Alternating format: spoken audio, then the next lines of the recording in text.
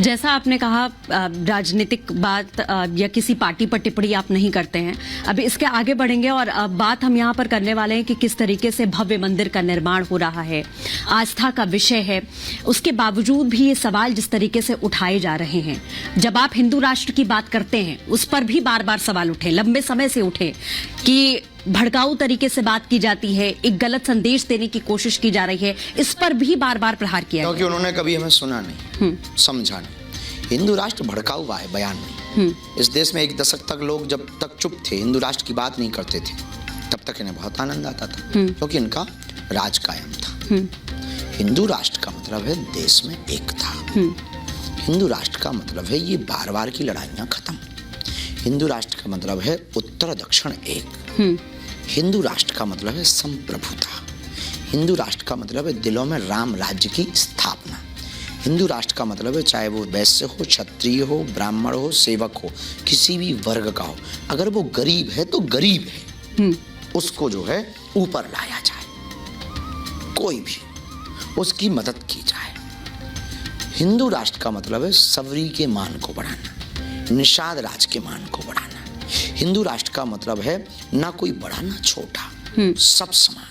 हिंदू राष्ट्र का मतलब है सबको भगवान की पूजा करने का अधिकार।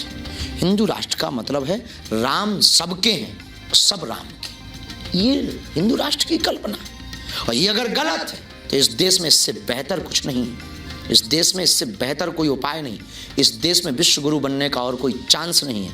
इसके अलावा इन लोगों के पास में कोई प्रयोजन भी नहीं है, सिवा इस देश में पाखंड फैलाना, इस देश में इन लोगों का कुरीति फैलाना और जातिवाद फैलाने के अलावा इनके पास कोई उपचार नहीं है। हम सिर्फ इस देश को ये समझाना चाह रहे हैं, अपनी जान हथेली पर रखकर हम इनको सिर्फ ये बताना चाह रहे हैं, ये हिंदू राष्ट्र का मतलब है। और जो कट्टर हिंदू होगा, वास्तविक हिंदू होगा, वो हमारी बात का सपोर्ट करेगा, वरना प्रभु की कृपा से उनको भी धन्यवाद।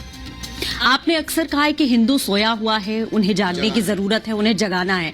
कैसे जगाएंगे आप? जैसे अभी हम प्रयोग कर रहे हैं, जैसे अभी हम आवाहन कर रहे हैं। कुछ परिवर्तन लग रहा है अभी आपको? बहुत परिवर्तन लग रहा है। ये नई दीपावली मनने का प्रयत्न, ये परिवर्तन नहीं तो क्या है? युवा हिंदू, युवा लोग हमारी कथाओं में आकर के जय जय श्री राम के नारे लगा रहे हैं, माला कंठी डाल रहे हैं, मस्तक पर तिलक लगा रहे हैं, मंदिरों में पूजा कर रहे हैं। ये परिवर्तन नहीं तो क्या? हिंदू हूं, ये गर्व के साथ आज का युवान बोल रहा, ये परिवर्तन नहीं तो क्या? मंदिरों में जा रहे, ये परिवर्तन नहीं है इस देश में तो क्या परिवर्तन है? राम मंदिर की प्राण प्रतिष्ठा पर दीपावली मनाने की बात की जा रही, ये परिवर्तन नहीं है तो क्या है?